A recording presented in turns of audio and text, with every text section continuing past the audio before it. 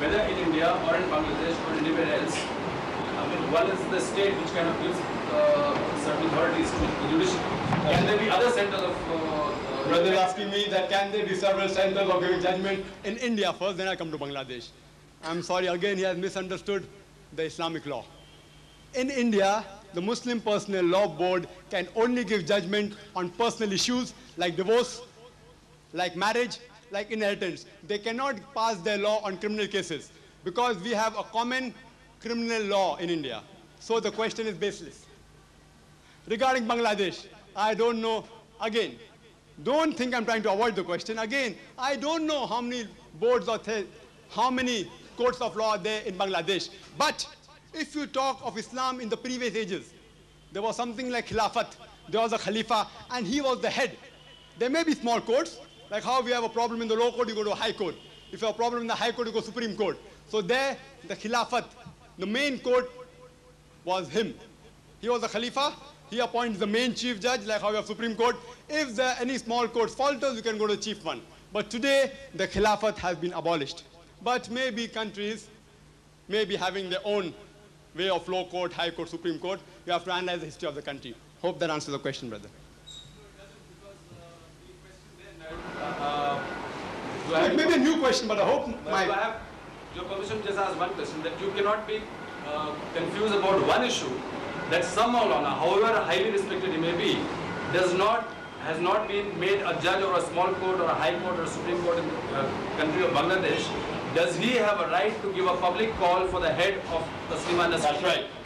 If you had heard my answer correctly, with attention, you would have got the answer. I said everyone, including you and I, have the right to give fatwa. Fatwa means opinion. Please let me complete. He gave a fatwa. His opinion was that to call for the head of Taslima Nasreen. So you defend 1,000 Bangla takas. Anybody who kills Taslima Nasreen will get that. It's a call in front of the... That's right. Now 50,000 takas has just come now. First, your question did not include that. I answer to that. Please let me answer, brother. Then I give you an equal opportunity with the permission of the chair. Does anyone has a right to call for anyone's head, even if it be a fatwa or opinion? Even while giving opinion, you cannot slander anyone, neither can you abuse anyone. If it's an Islamic country, a person, Taslima Nasreen, can sue that Maulana, saying that he... Please let me complete, sister. See, I'm not interrupting your questions, so if you please not interrupt my answer, it will be better. I'm just giving a general opinion of Islam. Please, sister, if you allow me. She has a right if it's an Islamic country. I don't know how far is Bangladesh an Islamic country, how far are they following the laws of Islam, I don't know. Maybe they're following, maybe not following. So she has a right, if she thinks that the death sentence put on her head is wrong, she has a right to take him to an Islamic court, if there is one, and sue. But let me link your answer with the comment laid down by the learned speaker, Father Pereira. He made a comment that it is very easy to frame anyone in the blasphemous law and sentence that person to death. Or taking the example of Taslima Nasreen, sorry, that it is not very easy, as easy, Father Pereira has said, because if you produce a witness in the court of law, if the crime is a small crime, 2 witnesses required. If the crime is great, 4 witnesses. And if any of those 4 witnesses falter, believe me, if any of those 4 witnesses falter during cross-examination, all 4 of them receive 80 lashes each. 80 lashes. It's not that easy. It's not as easy as we take an oath in the court of Indian government.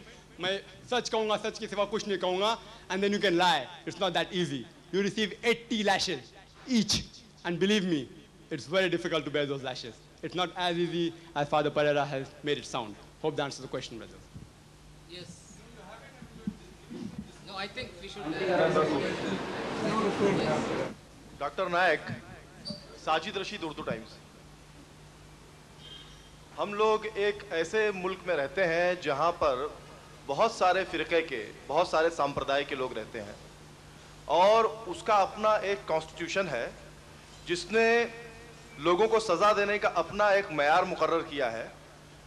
ऐसे देश में रहते हुए क्या आप किसी को किसी भी किस्म की तज़हीक़ कुरान की मज़म्मत के लिए या उसकी गलत कहने के लिए क्या आप वो इस्लामी सजाएं तजवीज़ करेंगे जो इस्लाम में कही गई हैं, और क्या वो यहाँ पर इस मुल्क में जिसका अपना एक कॉन्स्टिट्यूशन है, क्या वो सही हो सकती हैं?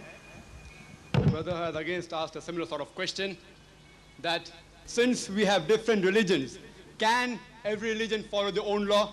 Or suppose if anyone has abused the Quran, can you follow the Islamic law? Again, brother, let me clarify. Wherever the criminal law is in any country, you take whether Saudi Arabia, whether Iran, whether Pakistan, whether America, whether England, whether India, the criminal law has to be common. The civil law can change. The civil law can change. The criminal law in Saudi Arabia is same whether Muslim or non-Muslim. In India, the criminal law is same whether Muslim or non-Muslim. So you cannot have a different criminal law.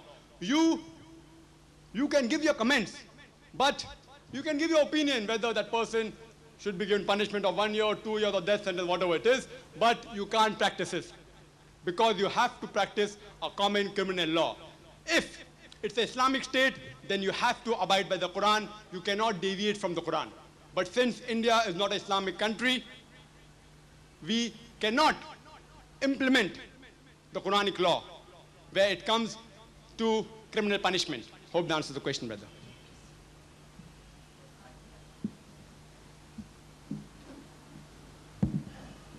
I am Maria Sresh, a religious sister, and I want to ask Mr. Sahini, Ashok Sahini Shahani, why did you translate the book Raja into Marathi? At last, a simple question.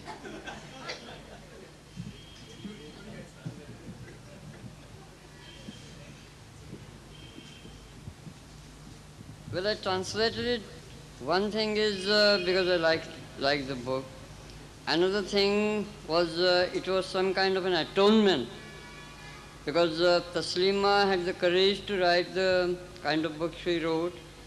The minorities being put to trouble, a lot of suffering, torture in her own country, which is a Muslim majority country. Whereas almost the same, or maybe to a lesser degree, there may be some difference. The same things happened in the December and January riots in Bombay. But I found that no literary person here, I'm a Maharashtrian, no Marathi author has had the courage to say that it has put us all to shame. Taslima had that courage and she did it.